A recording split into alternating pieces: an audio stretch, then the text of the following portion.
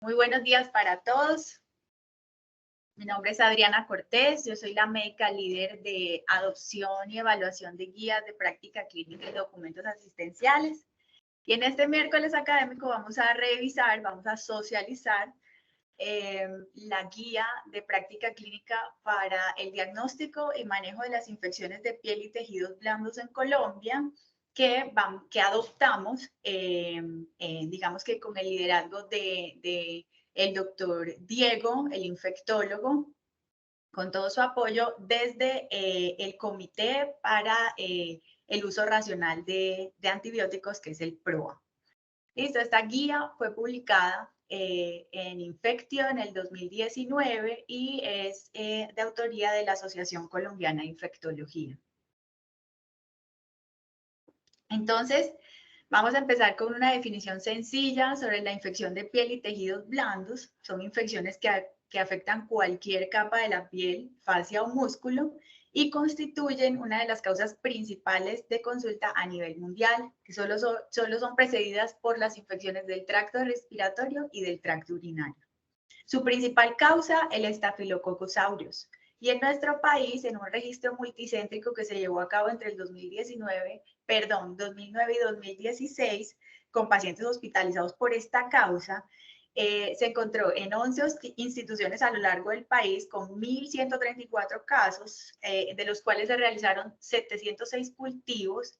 Se encontró que el 37% aislaba o era responsable o la etiología era el Staphylococcus aureus. Y 68.7% de estos microorganismos resultaron meticilino resistentes. Entonces, el cálculo que se hace a partir de ahí es que del 16 al 34.1% de los pacientes con este tipo de infecciones reciben un tratamiento inicial inapropiado, ya sea por un espectro antimicrobiano inadecuado o porque la duración del tratamiento también lo es o lo es. Esto se traduce entonces en un aumento en la estancia hospitalaria, un aumento, por supuesto, en los costos en salud y un aumento en el riesgo de mortalidad. Entonces, de allí la importancia de que lo revisemos. Recordar un poquito acerca de la anatomía de la piel. Entonces, hay 3 capas, ¿no? La epidermis, que está formado por un tejido plano, pero estratificado, y se compone de 5 estratos. Entonces, de abajo hacia arriba son el basal, el espinoso, el granuloso, lúcido y el más superficial, que es el córneo.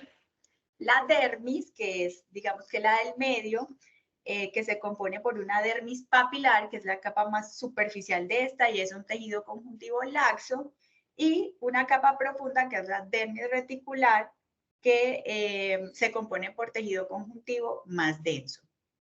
Aquí encontramos entonces la vasculatura de la piel, los vasos sanguíneos, el folículo piloso, glándula sebácea, y la más inferior, que es la hipodermis, que básicamente pues es la capa grasita. Después de esta ya sigue la capa muscular. Entonces, la guía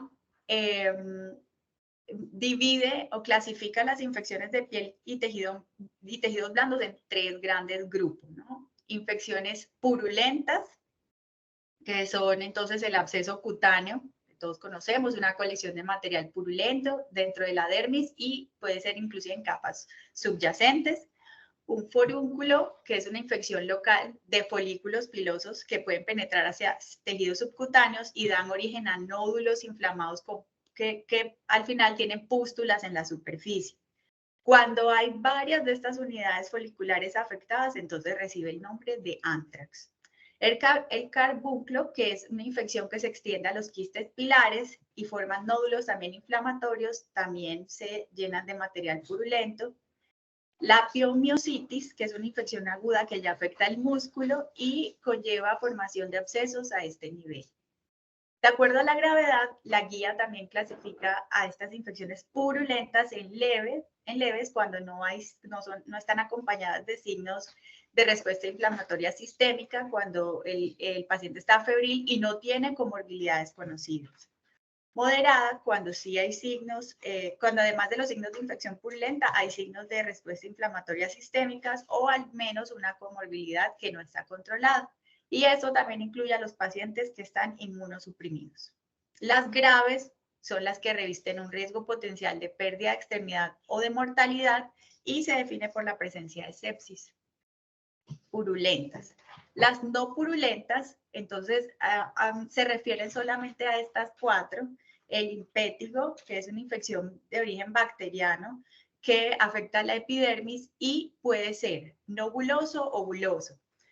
La presencia, entonces, el no buloso es cuando aparecen vesículas que se transforman rápidamente en pústulas y se ulceran. Y al final, por un exudado purulento, terminan haciendo costras amarillentas. El buloso, que es el que se caracteriza por la presencia de vesículas que se transforman a bulas. O sea, no se ulceran primero, sino que se forman bulas no elásticas que tienen un contenido claro y ya después se ulceran y producen una costra café.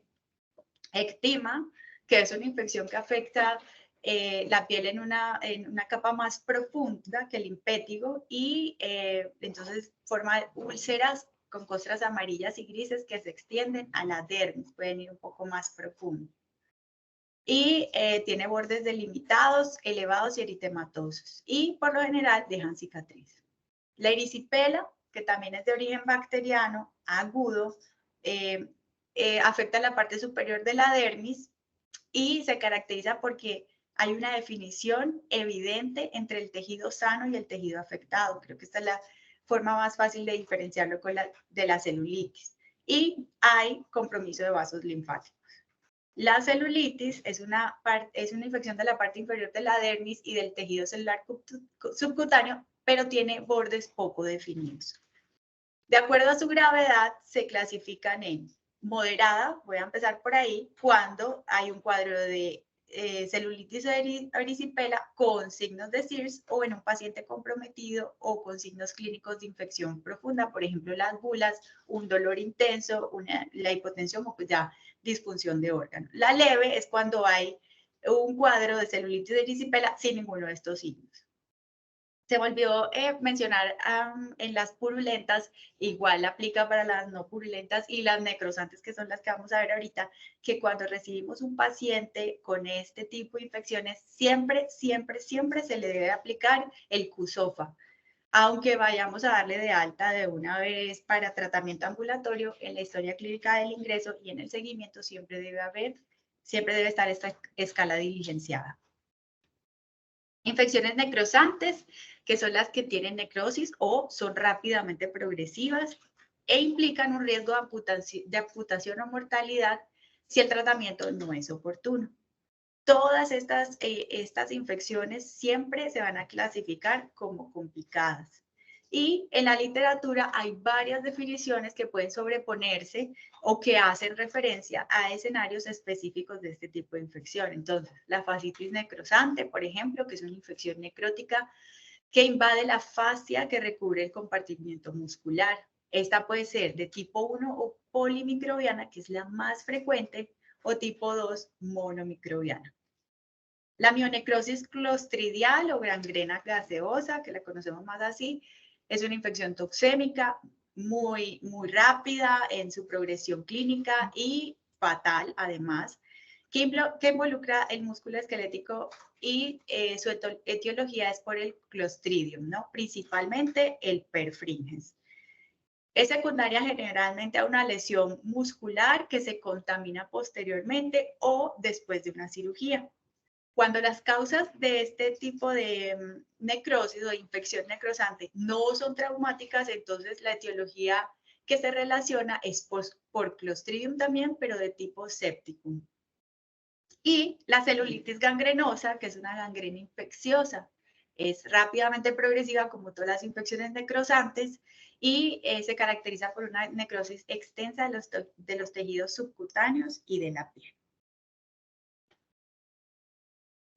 En cuanto a la microbiología de las infecciones de piel y tejidos blandos, entonces tenemos a estos dos protagonistas, el Staphylococcus aureus y el Streptococcus pyogenes. Hay otros relacionados, pero estos son los más importantes epidemiológicamente hablando. El Staphylococcus aureus, entonces recordemos que es un coco gram positivo que tiene un diámetro entre 0,5 a 1 micra, es inmóvil, es aerobio y anaerobio facultativo, no forma esporas y no posee cápsula generalmente. En medios de cultivo como el agar sangre, entonces crece a las 18, entre las 18 y las 24 horas a temperaturas entre 34 y 37 grados Celsius y forman colonias blancas que luego adoptan un color amarillo dorado y generalmente son beta hemolíticos. Lo más importante de esta etiología es que el Staphylococcus aureus ha desarrollado una resistencia a prácticamente todas las clases de antibióticos que tenemos disponibles. La resistencia a los beta-lactámicos es la más importante en el impacto sobre las opciones que tenemos para el tratamiento. El Streptococcus pyogenes, entonces, es un coco gram positivo también es beta-hemolítico, tampoco forma esporas, es anaerobio facultativo, catalasa negativo y para la tipificación de las cepas beta-hemolíticas entonces pertenece al grupo A. Se cultivan en medios ricos como el sangre también y se incuban en atmósferas del 5 al 10% de CO2 a temperaturas entre 35 y 37 grados Celsius con crecimiento también entre las de 18 y 24 horas. Las colonias entonces se ven grises, son un poco más grandes, 1 a 2 milímetros de diámetro y están rodeadas de zona de hemólisis completa. La resistencia a los antibióticos MLS, macrólidos, glucosamidas y estreptograminas y también a la familia de las tetraciclinas es algo que los caracteriza mucho. Y la resistencia a los aminoglucósidos y a los glicopéptidos pues es muy rara. Entonces con esto todavía tenemos opciones. Las recomendaciones que nos da entonces la guía son 38, las vamos a revisar una a una y hablan acerca de diagnóstico y tratamiento de cada una de esos tipos de infección. Entonces, recomendación número 1, ¿qué responde a la pregunta ¿cuál es la mejor estrategia para el diagnóstico del impétigo y el ectima? Se recomienda entonces basar el diagnóstico en los hallazgos clínicos. Es un diagnóstico netamente clínico. La tinción de Gram y el cultivo de secreción purulenta o del exudado solamente se va a hacer cuando por interés epidemiológico no lo están solicitando. ¿Cuál es la mejor estrategia para el tratamiento del impétigo y ectima? El impétigo en cualquiera de sus dos presentaciones puede ser tratado oral o tópicamente. Sin embargo, la terapia oral está recomendada para estos pacientes en los que tienen más de 5 lesiones o cuando se reportan brotes epidémicos de glomerulonefritis post-streptocócica. Eso para, obviamente, disminuir la transmisión de la enfermedad. Entonces, el impétigo puede ser tratado oral o tópico. Para el tratamiento tópico se recomienda la mupirocina y el ácido fusídico. La retamapulina también está recomendada, pero es difícil conseguirla en nuestro país. Entonces, quedémonos con mupirocina o ácido fusídico. 2 veces al día por 5 días. El tratamiento, entonces, en cambio, para ectima, siempre debe ser oral. Entonces, el tratamiento oral para ectima o impétigo debe incluir un agente que sea activo contra el estafilococo meticilino resistente, a menos que se tenga un cultivo que nos guíe pues el tratamiento directamente. Entonces, el tratamiento empírico oral para impétigo y ectima puede ser o se recomienda el trimetoprim sulfametoxazol o la clindamicina. Si ya tenemos aislado el estafilococo meticilino resistente, entonces la cefalexina o la dicloxacilina. Y si la infección es por el streptococo beta-hemolítico del grupo A, entonces penicilina oral o cefalexina. Miren que el nivel de evidencia de estas recomendaciones es el máximo y el grado de recomendación entonces es adecuado. ¿Cuál es la mejor estrategia para el diagnóstico de las infecciones de piel y tejidos blandos purulentas? Entonces, la realización de la tinción de Gram y cultivo de secreción purulenta. Entonces, ya estamos hablando de las purulentas, los abscesos, que es como más frecuente que nos llega, ¿no? La celulitis también, pero lo vamos a tratar un poquito más adelante. Entonces, la guía recomienda también la utilización de la ecografía de piel y tejidos blandos si hay dudas del diagnóstico después de la valoración clínica. ¿Cuál es la mejor estrategia para el tratamiento de infecciones de piel y tejidos blandos purulentas? Entonces, lo número 1 es la incisión y drenaje de absceso, o del carbúnculo, de los forúnculos cuando son grandes, o del quiste epidermoide infectado, cual sea el caso. Para pacientes con infección de piel y tejidos blandos purulentas que están asociados a respuesta inflamatoria sistémicas, o el paciente tiene inmunosupresión, o es un absceso grande, o el absceso está acompañado de celulitis muy extensa, o hubo una recurrencia al manejo con el drenaje. Entonces, se recomienda el inicio de un antimicrobiano oral contra el estafilococcus meticilino resistente, y en adición a la incisión y el drenaje. Entonces, para el manejo empírico de las infecciones de piel y tejidos blandos purulentas ambulatorio, se recomienda el trimethoprim sulfa o la clindamicina oral por 5 a 7 días. La alternativa, el linezolid oral cada 12 horas. Para el manejo hospitalario, vancomicina, o como alternativa, linezolid, daptomicina, clindamicina, tigecyclina o ceftarolina por 7 a 14 días, dependiendo de la respuesta clínica. Miren que aquí no nos está mencionando la gentamicina, ¿sí? Entonces, para los abscesos, incluyendo el de mama, estas son las alternativas que tenemos. ¿Cuál es la mejor estrategia para el diagnóstico de infección de piel y tejidos blandos para erisipela y celulitis, que es lo que nos llega, digamos que con alguna frecuencia a la urgencia, y que son pacientes que dejamos ir con tratamiento ambulatorio? Entonces, la realización de hemocultivos, aspirados o biopsias de piel solamente están indicadas en pacientes que tengan una inmunosupresión, que estén en quimioterapia activa, que tengan neutropenia, una inmunodeficiencia celular severa, o cuando la indicación por epidemiología sea esta. La mejor estrategia, ¿cuál es la mejor estrategia para el tratamiento de erisipela y celulitis? Entonces, los antimicrobianos recomendados para el tratamiento oral de primera línea son la cefalexina y como alternativa la clindamicina, o el amoxiclavulanato o el trimethoprim sulfa. ¿Listo? Entonces está cefalexina, que es lo que hacemos, que está muy bien. La cefalexina oral, cuando el manejo pues es ambulatorio. El manejo endovenoso de este tipo de infecciones, entonces, es de primera línea oxacilina o cefazolina, ampicilina, sulbactam o clindamicina.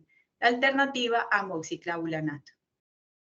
Para los pacientes en los que este cuadro de celulitis se asocia con un trauma penetrante, una infección previa o colonización por meticilino resistente, pacientes que tienen antecedentes de uso de drogas intravenosas o celulitis abscedadas, si están inmunosuprimidos, se debe adicionar además un antimicrobiano efectivo contra meticilino resistente y Streptococcus, ambos.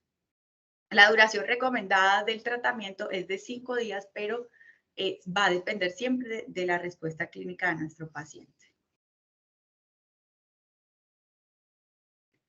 ¿Cuál es la mejor estrategia para el diagnóstico de las infecciones de piel y tejidos blandos necrosantes? Entonces, la fascitis necrosante debe ser sospechada cuando el cuadro clínico presenta los siguientes síntomas o signos: un dolor severo que no concuerda con el hallazgo al examen físico, un deterioro clínico rápidamente progresivo, cuando hay signos de respuesta sistémica, respuesta inflamatoria sistémica, cuando hay aparición de ampollas, cuando hay un edema a tensión, cuando hay equimosis o piel necrótica, cuando hay una crepitación palpable, o el paciente tiene hipoestesia localizada en el área pues afectada.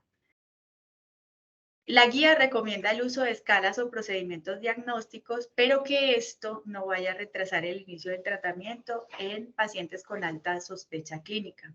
A su derecha está la escala de El-Rinec, que es la que recomienda la guía, que va a evaluar entonces el nivel de PCR, recuento de leucocitos, hemoglobina, sodio, creatinina y glucosa.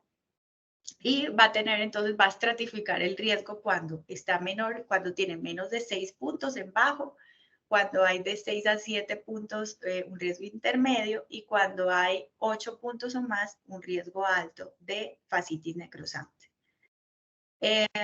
Cuando después de aplicar, después del examen físico y la aplicación de esta escala todavía hay duda, entonces la guía recomienda el uso de ecografía, tomografía o resonancia magnética según la disponibilidad. El signo clínico principal intraoperatorio para diagnosticar una infección de piel y tejidos blandos necrosantes es el aspecto macroscópico del tejido celular subcutáneo y la fascia, que va a ser pues necrótico. Para el diagnóstico bacteriológico, entonces se recomienda realizar gram y cultivo del tejido profundo intraoperatorio y hemocultivos, que esto siempre lo hacemos en la institución.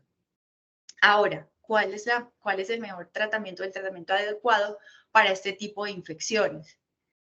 Los pacientes con alta sospecha diagnóstica de infección necrosante se recomienda el manejo quirúrgico, ya que el desbridamiento, al eliminar el tejido necrótico, disminuye la carga biológica de la herida.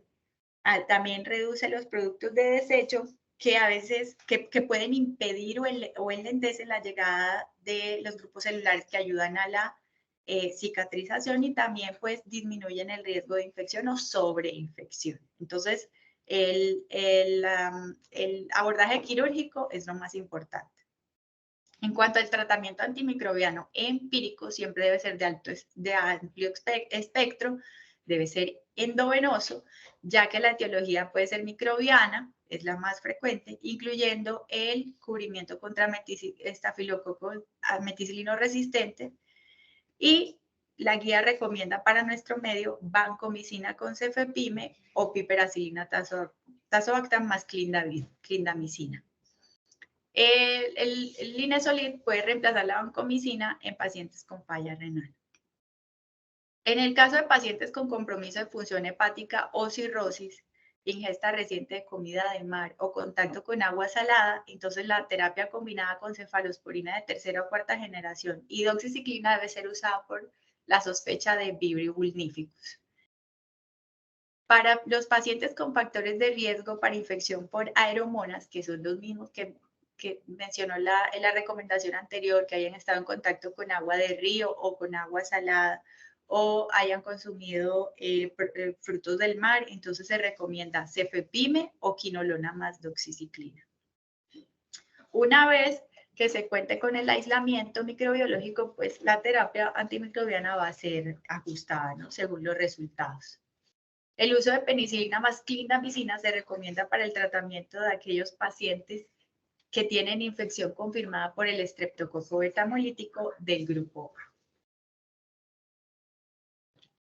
Ahora, ¿cuál es la mejor estrategia para el diagnóstico de la piomiositis?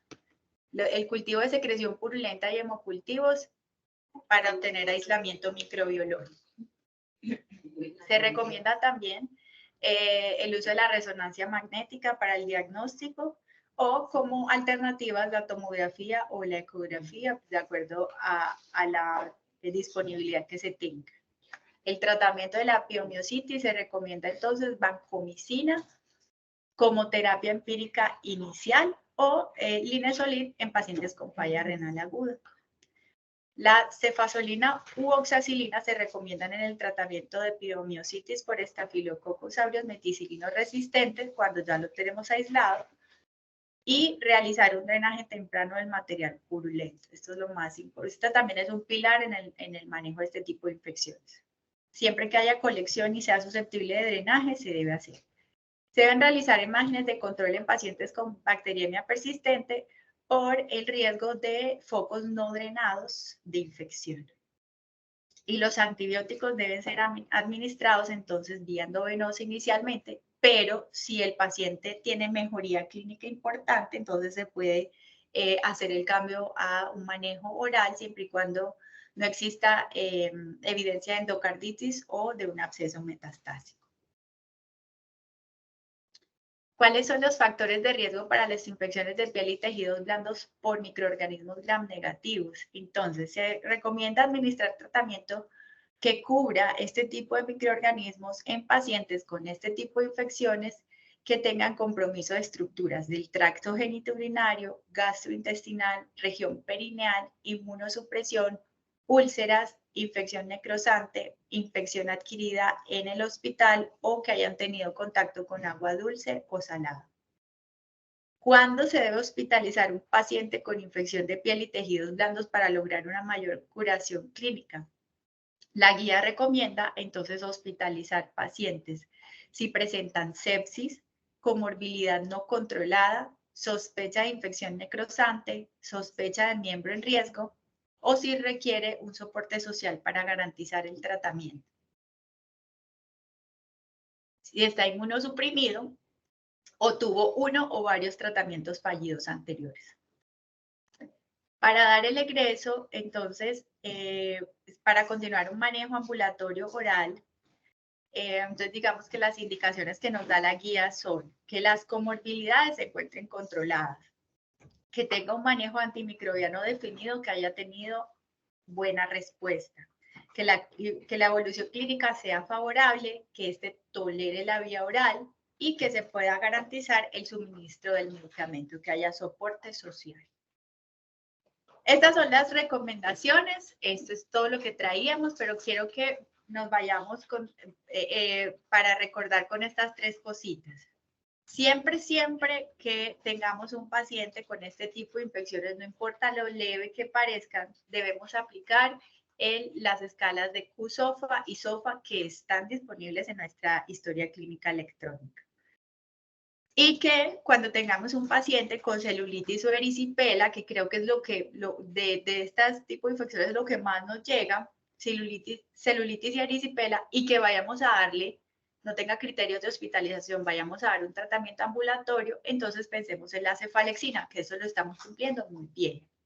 Para las infecciones de tipo purulentas, como los abscesos, y no sean susceptibles de drenaje, vayamos a darle manejo ambulatorio, entonces pensemos en la clindamicina oral. Y para manejo de infecciones purulentas a nivel hospitalario, igualmente la clindamicina, sin gentamicina, incluyendo los cuadros de abscesos mamarios. Esta guía de práctica clínica está disponible en eSolution. Los invito a que ingresen, a que la revisen completa. Es una guía sencilla, es una guía corta, entonces creo que es una muy buena opción para que tengamos en cuenta los momentos en que tengamos pues este tipo de pacientes enfrente. Muchas gracias, esto es todo lo que les traíamos, entonces está abierto el espacio para las preguntas. El doctor Diego pues no nos pudo acompañar, pero si hay algo que haya que transmitirle a él, pues con mucho gusto.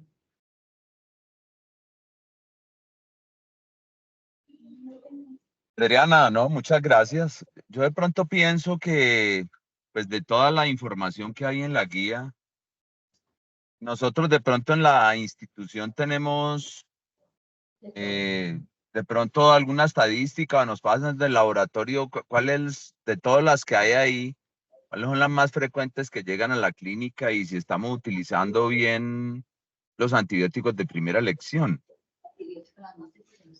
Sí, en los abscesos mamarios, doctor, que es como una de las causas, uno de los motivos principales de consulta en este tipo de infecciones para nuestra institución, se estaba asociando la gentamicina con una frecuencia muy alta, pero digamos que después de una retroalimentación que se hizo algunas semanitas antes, digamos que ha mejorado la adherencia, pero creo que sería esa, el absceso mamario. Por eso, pero entonces, para el absceso mamario como tal, de pronto me gustaría profundizar un poquito más ahí.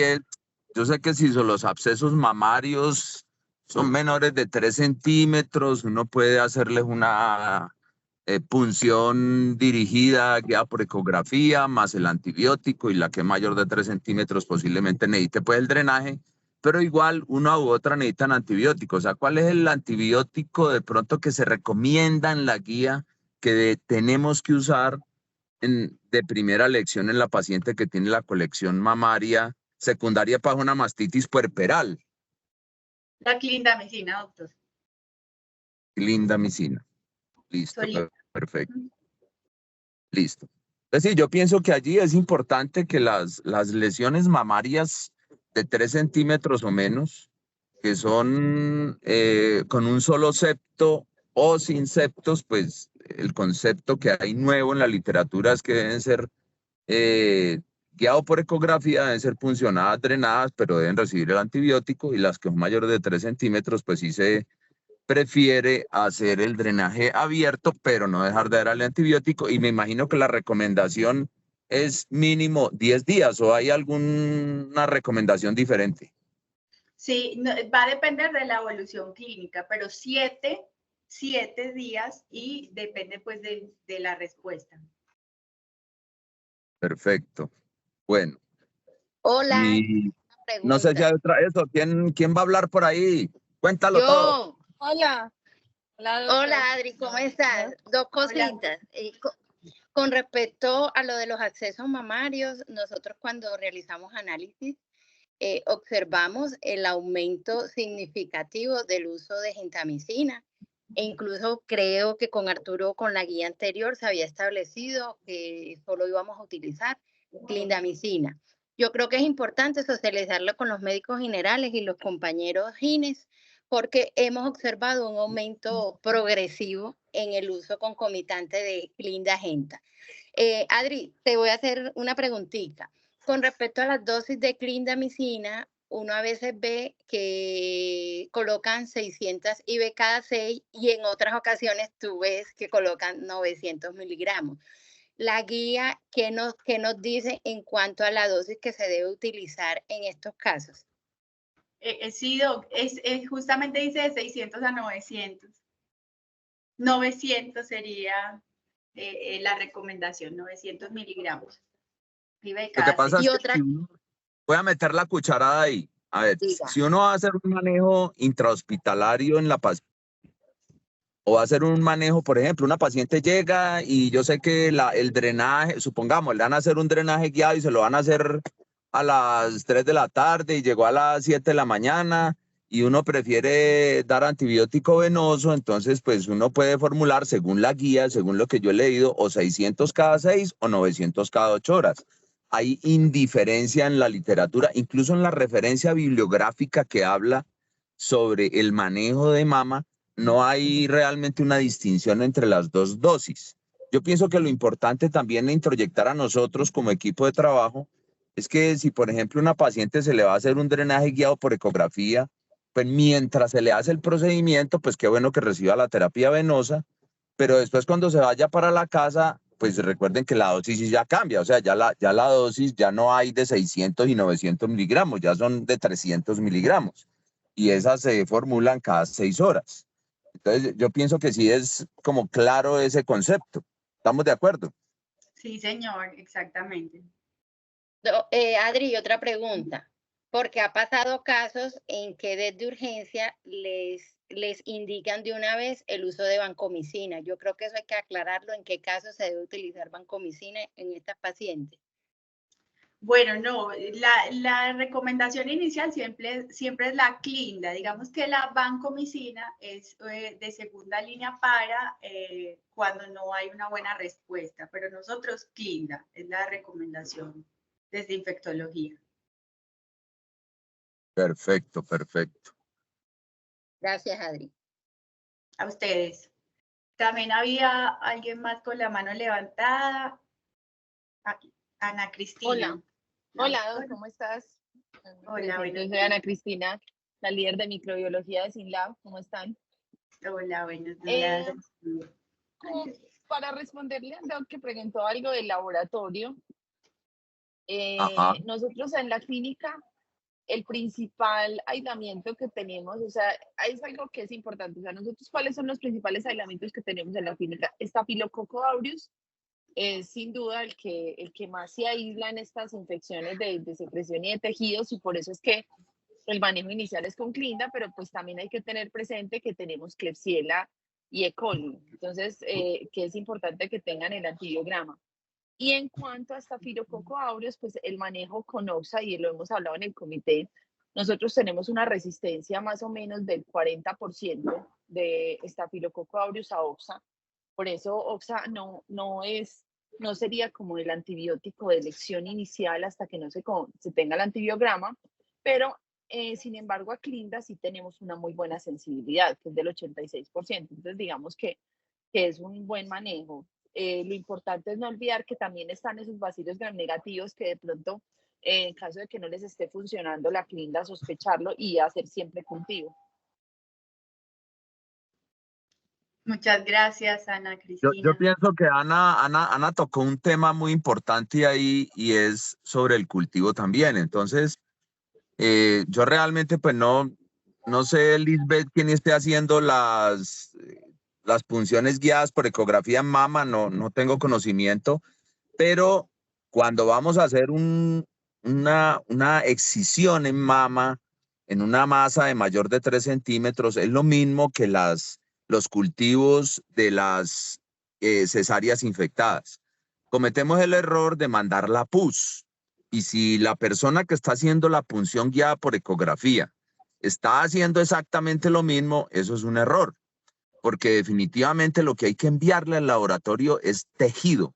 Si es de mama, te envía realmente con la misma aguja pues que se hace la punción guiada por ecografía, realmente se hace una captura del tejido de las paredes del quiste que está formando pues el absceso, y cuando es una infección de herida quirúrgica que está infectada, entonces se debe enviar es muestra de tejido, bien sea de tejido celular subcutáneo, de la fascia, y eso es lo que debe ir al laboratorio. Ana, ¿estamos de acuerdo? Sí, señor, sí estamos de acuerdo, y es porque en la pus normalmente está el material de desecho de los microorganismos y probablemente podrías tener más de un microorganismo. ¿Qué pasa? Cuando son en cirugía, digamos que es una muestra más limpia, que eso es importante. Entonces, los aislamientos, digamos que son más limpios, como lo llamamos nosotros en el laboratorio, pero normalmente lo que te crece en el tejido es lo que está afectando, y que las bacterias siempre van a estar entre la parte donde está el tejido vivo y muerto, porque están ahí burdamente diciendo están comiendo, ¿cierto? Entonces en la pus está todo el desecho, y entonces sí es lo ideal. Sí, doctor, sí estamos de acuerdo. Muchas gracias, Perfecto. Ana. Con muchísimo gusto, estos espacios muy bueno. Hoy es la primera vez pues que entro, pues, espero seguir acompañándonos, pero yo sé que cuando hablan de microorganismos es bueno que conozcan pues también el concepto del laboratorio y cuáles son los microorganismos más frecuentes y qué hacemos nosotros, y si tienen alguna pregunta de cómo manejamos los tejidos, los huesos, o qué pasa cuando tenemos un piógenes, o por qué no le hacemos antibiograma al piógenes, con muchísimo gusto. Muchísimas Perfecto, Ana, gracias, muchas Ana. gracias. En el chat, doctor Arturo, en el chat, la doctora Claudia Beltrán, que es nuestra infectóloga pediátrica, nos está haciendo pues la aclaración de que la vancomicina se reserva para pacientes que son gravemente enfermos, con sepsis, con sospecha de bacteriemia, o que tienen necesidad de manejo en unidad de cuidados intensivos. Y Sí, Mónica, yo quiero meter la cucharada ahí, porque es que la vancomicina se va a volver, para mi gusto, un peligro, porque ya, por ejemplo, que si tiene alergia a la penicilina, vancomicina, y yo no sé, pero la vancomicina es un antibiótico fabuloso, mejor dicho, espectacular, pero yo también sé que infelizmente por literaturas nuevas, pues se está volviendo también de uso demasiado popular para mi gusto, y me gustaría que de pronto Claudia hiciera un comentario al respecto.